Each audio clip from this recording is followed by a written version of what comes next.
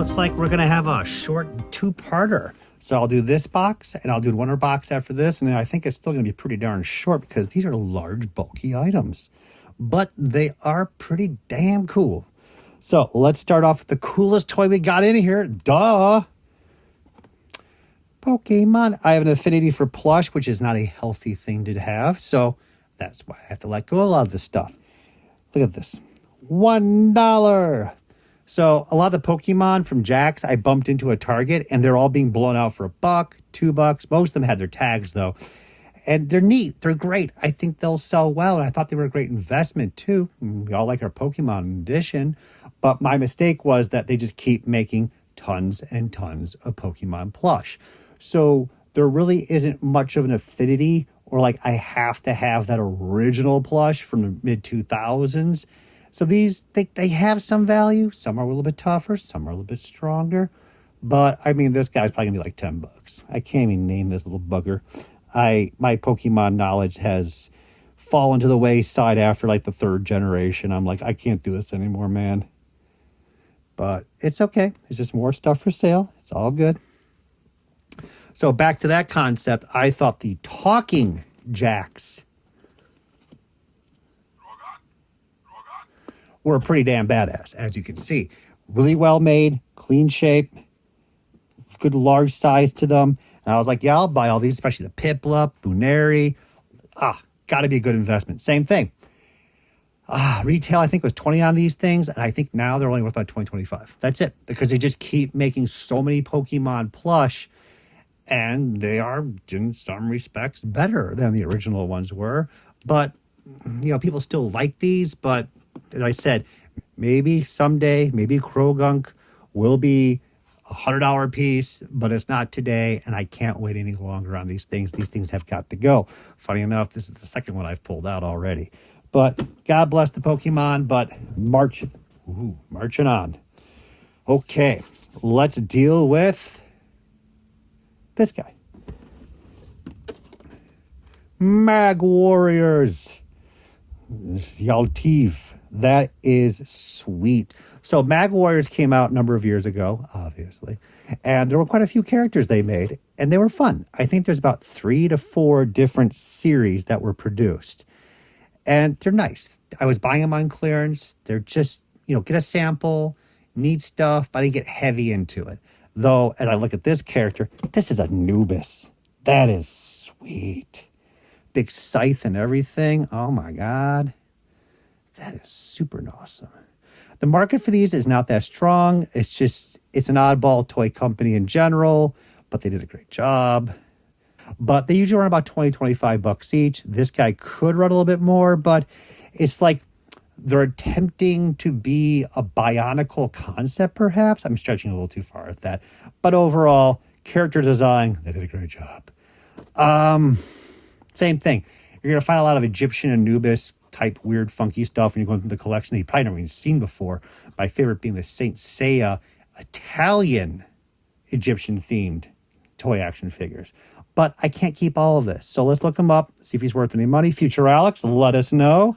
But yeah, it's just, man, again, like if it's really cheap, I'll just pop it open and keep it. Let's put it that way.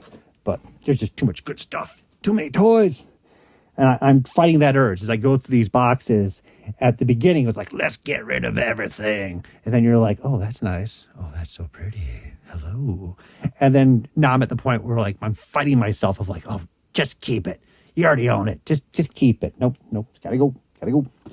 We have Yajirobe and Corrin. So the bubbles are always turning piss yellow on these old Irwin cards. It's just how it is. Look at that. No love for Yajirobe, which, if you think about it, kind of fits the bill. $7.99, $2.99. Chaozu is actually really uncommon. For Frieza 2, Berta and Jace were always decent money. Look at those hand-painted hard copies. They look gorgeous. Much more different than the production samples that were shown.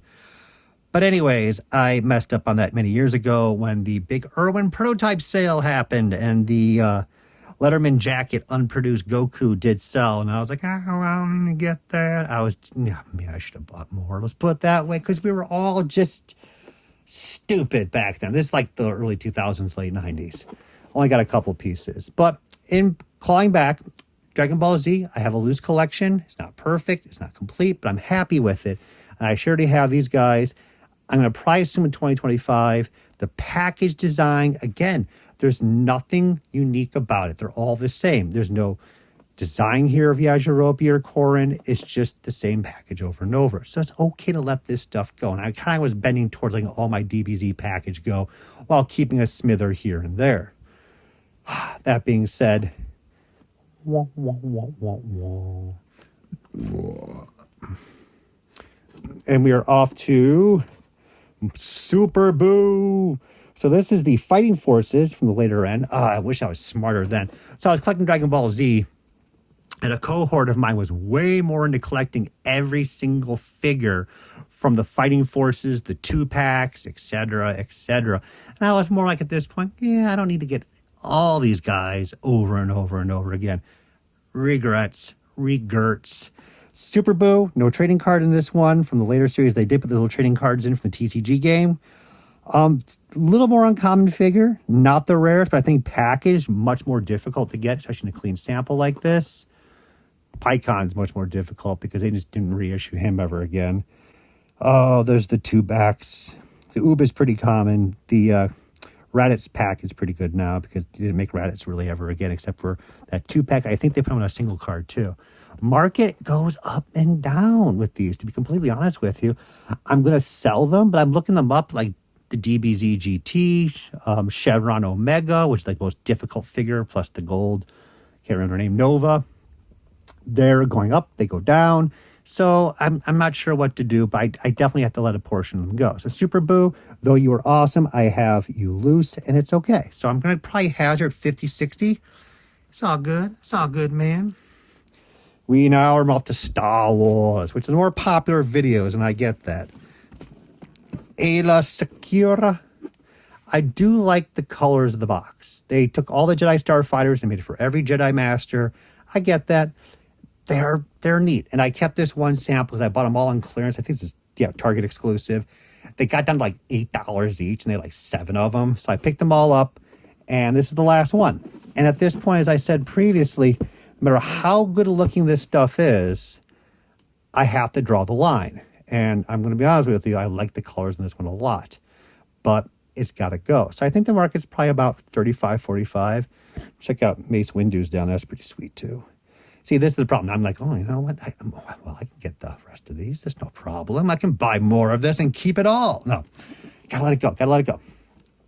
But on a trade-off, the Hailfire droid. Hell yeah for the Hailfire droid. That is a super sweet piece, very uncommon. I don't think they ever reissue this ever again. And I'm going to keep this pup because I really like the droids. I like the battle droids. I like the super battle droids. I like the droidekas. I like all these guys. So to keep this, because I'm not keeping much of the package stuff for the vehicles, that's okay. And this will be a more expensive piece. I probably guess 100 at least.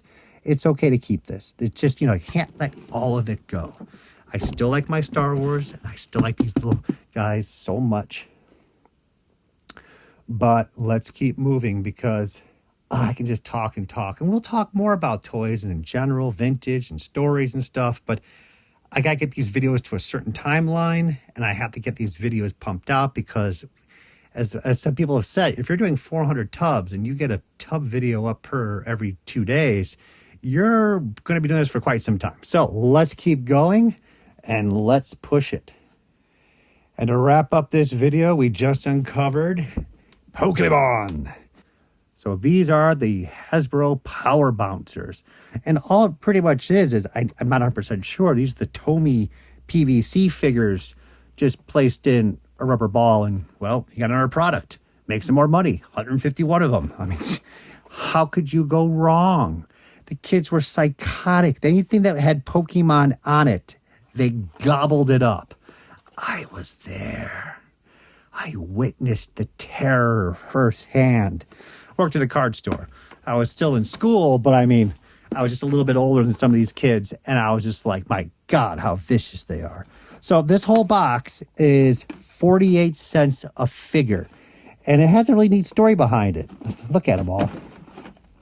They run about $10 $10 each roughly. And the story is this.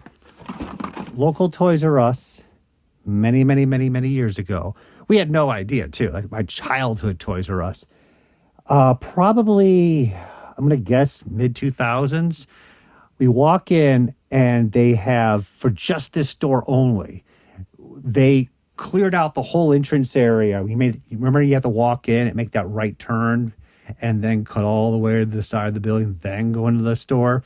Okay, they made all that area clearance.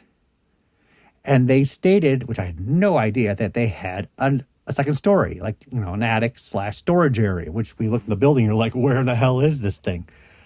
And they were bringing stuff down because they found a hoard of vintage toys stuck there. And then they have to go by the computer system of what the system said. This is where it gets a little bonkers. So these bouncy balls were marked 48 cents each. And then they had all these other toy lines. They're not talking about major toy lines, but the things I remember were like, they had the dog tags for Pokemon. They had the little skateboards for Pokemon. Then they had McFarlane, like the Cat Warrior creature, 6-inch figures. And it was just a real weird mishmash of just toys that were on clearance. But those are the ones I remember the most. So this is the great part. Even though at 48 cents each, that should be just dirt cheap. That's not how much they were, because the computer systems was set up and still had this stuff in their core memory, and the prices get cheaper over time. So I'll have to find the receipt, because yes, we kept the receipt and it's kicking around here somewhere. I'm not sure if these bouncy balls will be on it, because we did a couple trips, but the first trip was like the big trip. The dog tags were marked in like 48 cents to each. But when you registered them up, they came out to a penny each. You get the idea. So these bouncy balls could have been a penny each, 5 cents each, 10 cents each. We were just getting shopping carts and just throwing stuff in there. And so the Cat Warriors from McFarlane, they were, I think, 24 cents a figure carded. I mean, it was just spur of the moment, luck of the draw, right time, right place. And you just said, hell yeah. And you bought as much as you could. And then most of it's gone now. And then we found this. This was in the last storage unit, which we got out a month ago. And there wasn't too much in there, but it's just in a banker box. And you're like, oh my God. So yeah, I like my Pokemon. Maybe I'll just keep a Vaporeon. That's it. Don't need the bouncy ball world here. And bounce them out. Ha, get it? I made it funny. And then a Jurassic Park, Lost World, little thermos container. I like a lot of the novelty stuff. Jurassic Park mainly versus Lost World. See how nasty it is in the inside. This might have some value, though, to be honest with you. So I'm going to look this up first. But I like all these little oddball pieces here and there. Thank you, Mr. Cam Bushman, where the hell you are now. I have your lunch box. Yeah. So that's it for this video. Guys, keep working out there. Keep grinding. As I said, as a collector and a dealer, find that balance for yourself. Not like I did.